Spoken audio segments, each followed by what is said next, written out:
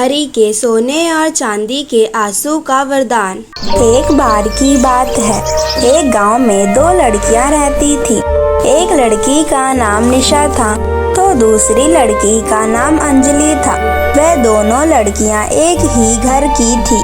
निशा की माँ अब इस दुनिया में नहीं थी, लेकिन उसके पिता ने दूसरी शादी कर ली थी, जिसके कारण अब निशा की एक सौतेली माँ और बहन भी थी। निशा की सौतेली बहन का नाम अंजलि था। निशा अंजलि को अपनी सगी बहन जैसी ही मानती थी, लेकिन अंजलि ऐसी नहीं थी। वह निशा को सौतेली बहन के साथ दुश्मन भी मानती थी। वहीं अंजलि की माँ का स्वभाव भी इसी प्रकार था। निशा सुबह उठने के बाद घर का सारा काम करती थी और उसके बाद खाना खाती थी।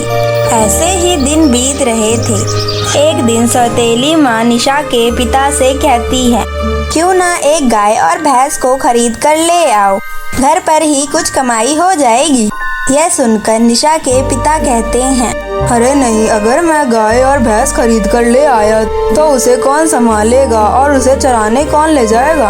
अरे वो तो कोई भी ले जाएगा, चाहे मैं लेकर चली जाऊंगी चाहे निशा लेकर चली जाएगी। और वैसे भी निशा कितनी कमजोर हो गई, अगर उसे गाय और भैंस का दूध पिलाएंगे तो वह जल्दी स्वस्थ हो जाएगी। हाँ, तुम सही कह रही हो, निशा बहुत कमजोर हो चुकी है। उसकी माँ के जाने के बाद जैसे उसे कोई खाना ही नहीं लगता। ठीक है, मैं कल गाय और भैंस खरीद कर ले आऊँगा।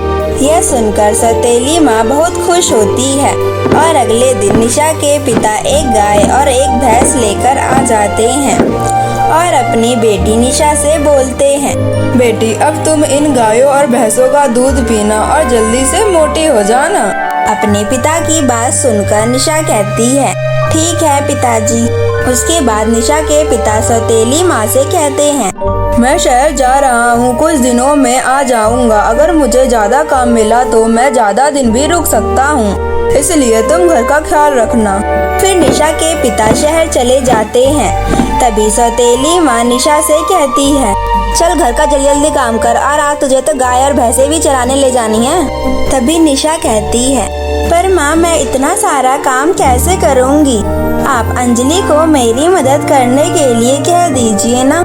यह सुनकर सौतेली माँ को गुस्सा आ जाता है और वो निशा से कहती है, अच्छा अब तुम मुझसे जवान लड़ाएगी और तू मुझे बताएगी कि मेरी बेटी क्या काम करेगी और क्या नहीं। और वो अभी सो रही है, उसे जगाने भी मत जाइए और तू यहाँ से निकल, वरना मुझसे बुरा कोई नहीं होगा। फिर निशा वहाँ से चली जाती है और अपना काम करने लगती है। काम कर कर वो खाना खाने ही जाती है। तभी उसकी सौतेली माँ आ जाती है और वो निशा से कहती है, अभी खाना मत खा, पहले गाय और भैंसों को चराने ले जा, फिर आकर खा लियो। और हाँ, गाय और भैंसों को गांव से बाहर ले जाइयो और देखती रहिए किसी और के खेतों में ना चढ़ने लग जाए, नहीं तो मैं तेरी खाल उधेड़ लूंगी। और फिर निशा गाय और भैंसों को लेकर गांव के बाहर चराने ले जाती है और शाम होने के बाद अपने गाय और भैंस को लेकर घर आ जाती है। घर आकर सारा काम करती है, उसके बाद बचा कुचा खाना खाकर सो जाती है। इसी तरह दिन बीत रहे थे। निशा को उसकी सौतेली माँ और बहन काफी परेशान किया करती थी और उसके साथ उसे काफी मारा भी करती थी।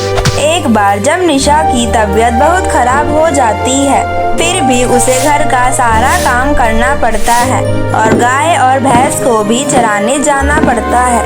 जब वह अपनी गाय और भैंस को चराने पहुँच जाती है, तब वह एक पेड़ के नीचे बैठ जाती है। तभी वहाँ पर एक काफी कमजोर बुढ़िया आती है और निशा से कहती है, मेरा गला सूख रहा है, क्या तुम मुझे पानी पिला सकती हो। लेकिन निशा के पास पानी तो नहीं था और वह इधर उधर देखने लगती है। तभी उसे अपनी गाय और भैंस दिखाई देती है और वह अपनी गाय के पास जाती है। वह दूध निकाल कर बुढ़िया अम्मा को दे देती है और बुढ़िया अम्मा निशा के इस व्यवहार से बहुत खुश हुई थी और वह वहाँ से चली जाती है।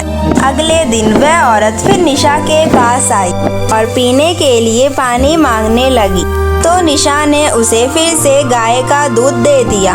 दूध को पीने के बाद वह औरत फिर से वहाँ से चली गई यह बहुत दिन तक चलता रहा। एक दिन निशा की सौतेली माँ ने गाय के दूध पर ध्यान दिया। तब उसे पता चला कि भैंस पहले से कम दूध दे रही है। सौतेली माँ ने सोचते हुए कहा, ये निशा की बच्ची ही दूध पीती होगी वहाँ ले जाकर। इसलिए उसने निशा को खूब मारा। अगर अब से गाय का दूध कम हुआ तो मैं तेरी खौल उधेड़ लूंगी। और हाँ, आज के बाद तो गाय चराने नहीं जाएगी। और अगले दिन निशा गाय और भैंसों को चराने नहीं जाती है और वह पूरे दिन रोते रहती है। उसने सारा दिन बस काम किया और कुछ भी नहीं खाया। रात के समय जब निशा रो रही थी तभी उसके सामने एक रोशनी पड़ी और देखते ही देखते वह रोशनी बड़ी होती गई और उस रोशनी में से एक परी बाहर आई। परी ने निशा से कहा, तुम डरो मत, मैं एक परी हूँ। मैं तुम्हारी मदद करना चाहती हूँ। तुम मेरी परीक्षा में पास हो गई हो। यह सुनकर निशा कहती है, कैसी परीक्षा? इस पर परी कहती है, मैं वही बूढ़ी औरत हूँ जिसे तुम हर रोज दूध पिलाया करती थी और आज मैं तुम्हें वरदान देना चाहती हूँ। अब जब भी तुम रोओगी या फिर हंसोगी तो तुम्हारी आँखों में से सोने चांदी गिरेंगी। यह सब कहने के बाद परी वहाँ से गायब हो जाती है। लेकिन यह सब बातें उसकी सौतेली माँ सुन लेती है।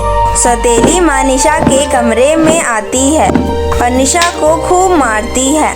जब निशा रोने लगी तो उसके मुंह और आँखों में से सोने चांदी गिरने लगे। यह देखकर सौतेली माँ चौंक गई और अगले दिन वह अपनी बेटी से कहती है, बेटी आज तुम ही गाय और भैंसों को चराने जाना और वहाँ पर तुमसे कोई भी मदद मांगे तो उसकी मदद जरूर करना।